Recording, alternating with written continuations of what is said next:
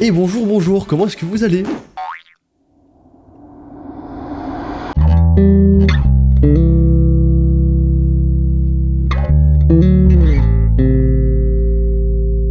Écoutez, on a déjà posté une vidéo où j'avais pas ma barbe. Moi, venez maintenant, on fait comme si de rien n'était.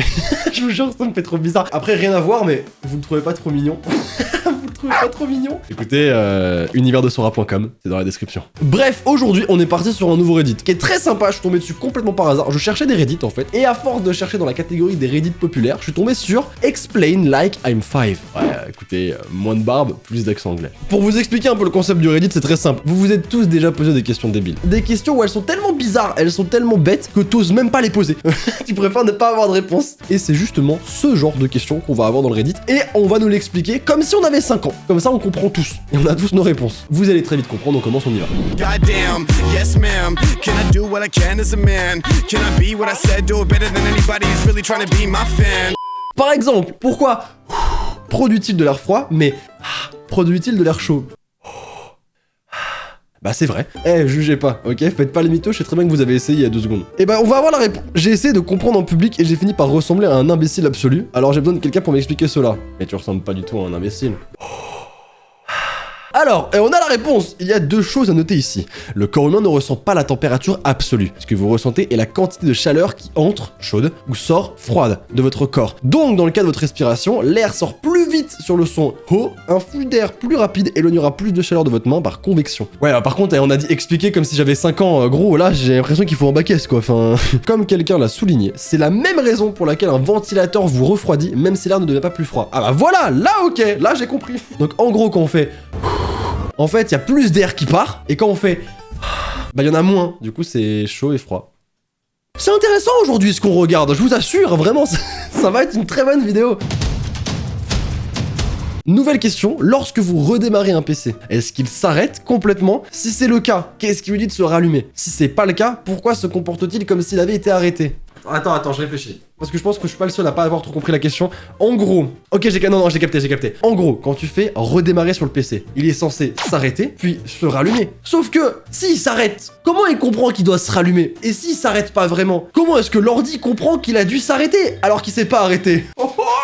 Waouh! Ok, alors attends, est-ce qu'il y a une réponse? Lorsque vous redémarrez un PC, il ne s'éteint pas complètement. Ok, au moins on sait. Quelqu'un a utilisé une métaphore pour un chef. Je vais donc l'utiliser aussi. Arrêter complètement serait comme si le chef nettoyait et rentrait chez lui. Maintenir le bouton d'alimentation enfoncé pour arrêter plus rapidement serait comme si le chef ne nettoyait pas et laissait juste un désordre et rentrait chez lui. Le redémarrage de l'ordinateur demande donc au chef de tout nettoyer, puis de tout remettre en place sans qu'il quitte le bâtiment. Donc en gros, c'est pas totalement éteint. En fait, c'est une espèce de veille où il dit ok, c'est bon, je range ça là. Et quand il a rangé, il se dit ok, c'est bon, je peux revenir. Très très intéressant. Il y a des nombres infinis entre 0 et 1. Ça me paraît très clair, ok? Entre 0 et 1, il y a une infinité de nombres. Mais alors pourquoi est-ce qu'il y a plus de nombres infinis entre 0 et 2? Comment des nombres infinis peuvent être plus grands qu'un autre ensemble de nombres infinis? Non mais aussi gros, qui se pose ce genre de questions? Quel moment tu te lèves le matin et tu te dis alors attends, entre 0 et 1, c'est l'infini. Mais entre 0 et 2, c'est l'infini plus grand. Alors pourquoi est-ce que l'infini plus grand, il peut être plus grand que l'infini puisque c'est l'infini? À la fin de cette vidéo, on aura tous très mal au crâne, sachez-le. Alors je pense que le problème est que vous pensez que infini est un très grand nombre. Ce n'est pas un très grand nombre, c'est un autre genre de chose, ok? Un problème similaire existe avec 0. Par exemple, si je prends un très petit nombre comme 0,000001 et le double, j'obtiens 0,00002. Si je prends 0 et que je le double, j'obtiens toujours 0. 2 fois 0 n'est pas plus grand que 1 fois 0. Si j'ai un nombre infini de nombres entre 0 et 1, alors ils sont séparés par 0. Si je double tous ces nombres, alors ils sont séparés par 2 fois 0, donc ils sont toujours séparés par 0. Ouais, oui, bien sûr, bien sûr.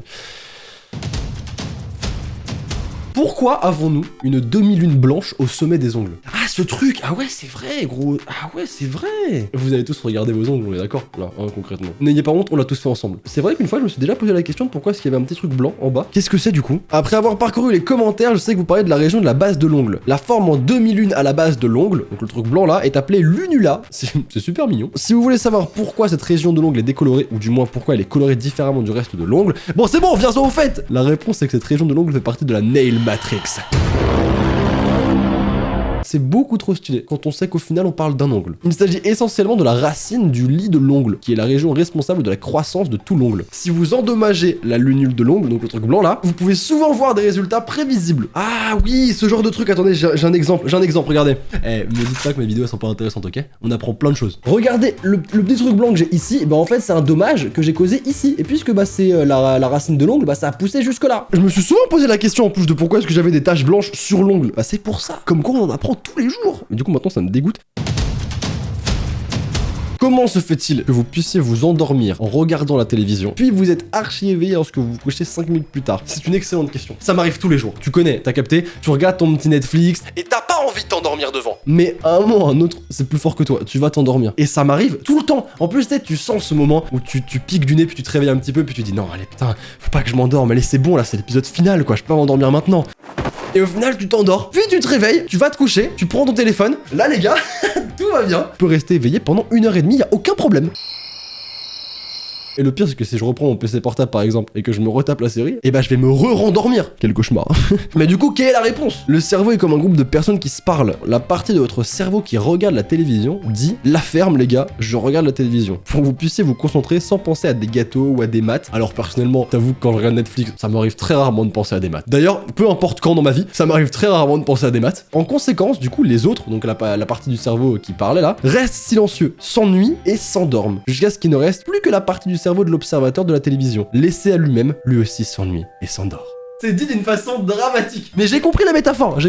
En fait, quand t'es concentré de ouf sur la télé, du coup, tout le reste se met en off et il reste plus qu'une toute petite partie de ton cerveau qui est concentrée sur la télé. Mais puisqu'il y a que cette partie du cerveau et que du coup, les autres parties sont plus en action, et boum, cette partie s'ennuie et elle finit par s'endormir.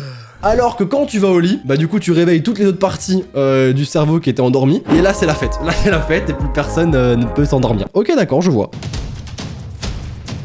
Pourquoi les navires ont-ils des fenêtres en rond au lieu des fenêtres carrées?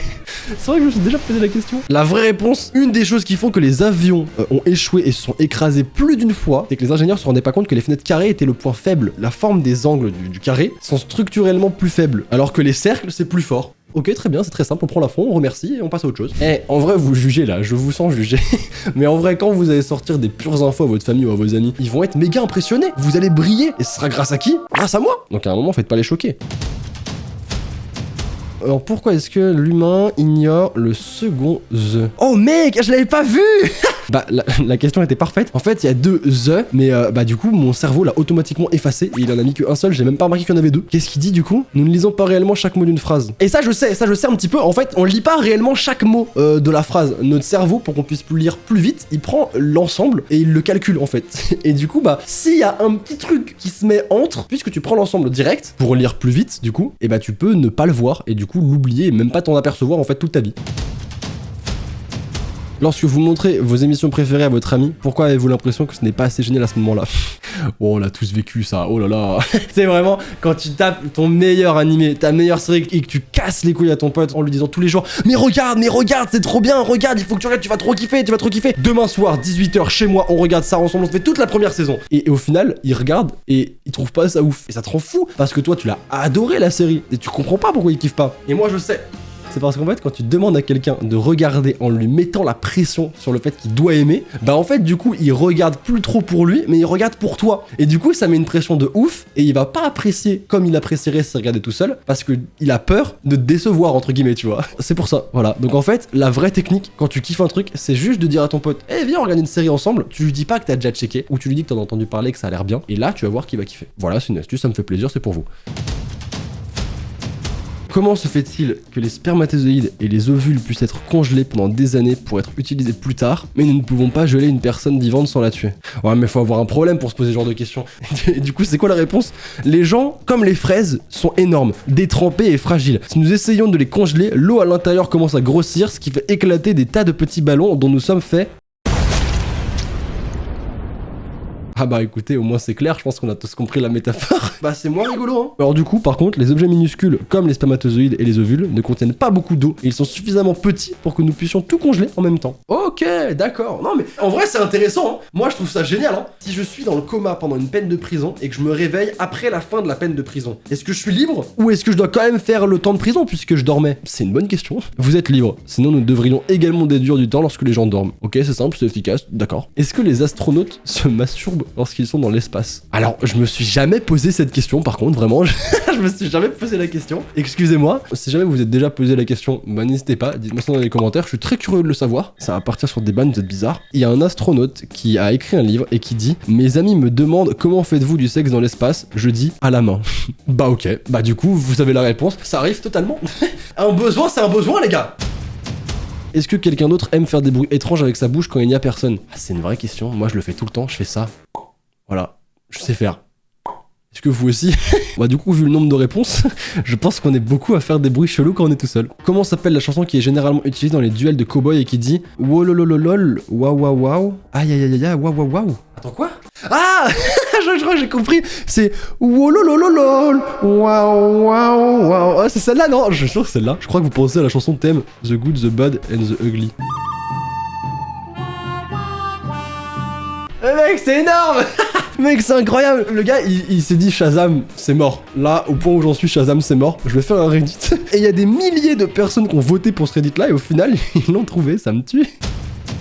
Est-ce que quelqu'un d'autre a déjà senti son téléphone portable vibrer dans sa poche lorsqu'il n'y était pas? Ça m'arrive tout le temps, ça me rend ouf. Vous voyez vraiment où ton téléphone, il vibre. Tu penses t'as un SMS, tu regardes, t'as rien, t'es déçu. Nope. Tu te dis mais attends, qu'est-ce qui se passe? Pourquoi il m'a trahi? Je suis déçu à chaque fois, très déçu. Mais du coup je pense que ça arrive à beaucoup de monde parce que sinon le truc aurait pas autant de votes. Je l'avais l'habitude d'obtenir des vibrations fantômes de mon téléphone. Mais c'est ça s'appelle des vibrations fantômes. C'est qu'on a tellement l'habitude que notre téléphone y vibre. C'est incroyable, en vrai c'est fou, hein. Les gars qui tapent le générique des films, est-il le générique? Ah bah j'espère parce que ça doit être très long.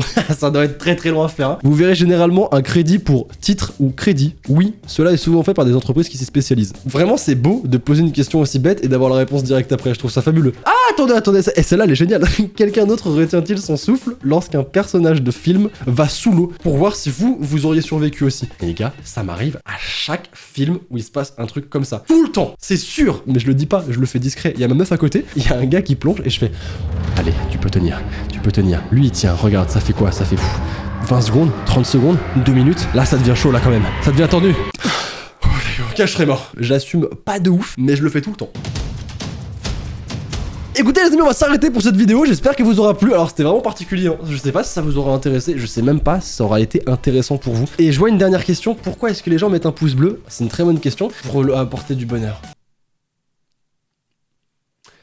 Bref, vous connaissez, abonnez-vous à la chaîne, mettez le petit pouce bleu, ça fait toujours extrêmement plaisir, vraiment. Comme d'habitude, n'oubliez pas qu'une journée sans rire est une journée perdue, alors souriez, à très vite, au revoir. Ah j'en peux plus de ma tête comme ça, c'est trop.